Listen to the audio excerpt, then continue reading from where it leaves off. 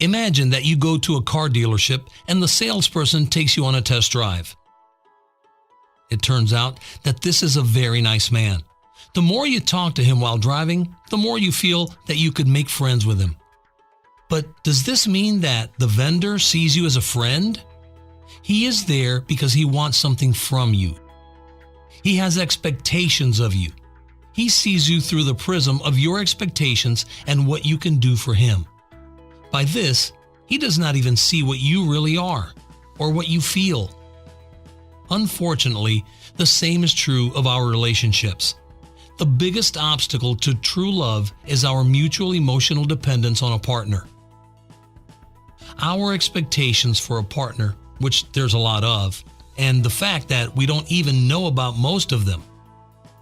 And the greatest of these is the expectation that your partner will make you happy.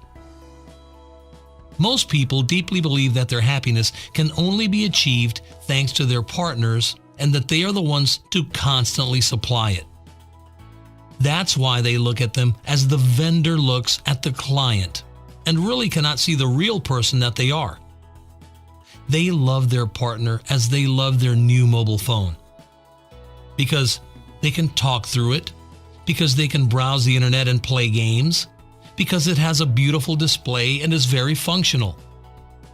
But when it stops working as it should, then they begin to see the worthless scrap, and they'll be pissed about that. But worst of all, in the case of the phone, they are perfectly aware that they do not love the device itself, but all of those features you have at hand thanks to it.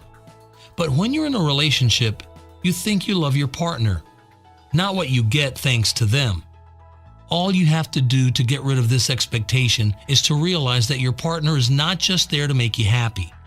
It is your task. You also have to realize that you can be happy regardless of whether you're together or not. Only when you stop wondering whether you're attractive enough to your partner, or if they still love you enough, or if they haven't met anyone else. Only when you're demanding things of them and stop trying to control them and tell them what to do.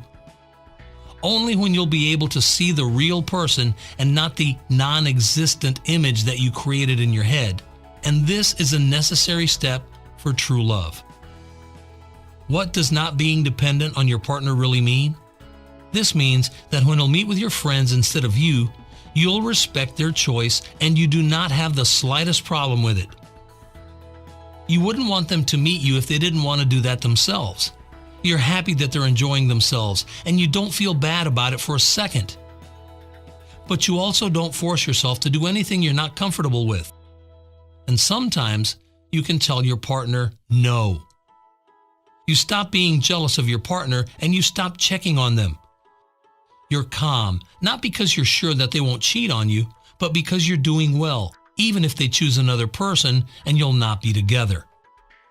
You enjoy the time you spend together and love hanging out with your partner, but when they're not next to you, you don't worry about it or miss them.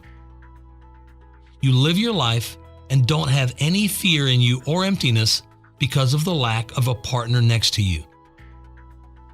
If you want to check out your relationship's condition, please go to my website, robertmarchell.com, and take a short and completely free test. Thank you for watching. And if you'd like to see more movies like this in the future, please subscribe to my channel and like my Facebook page. See you next week.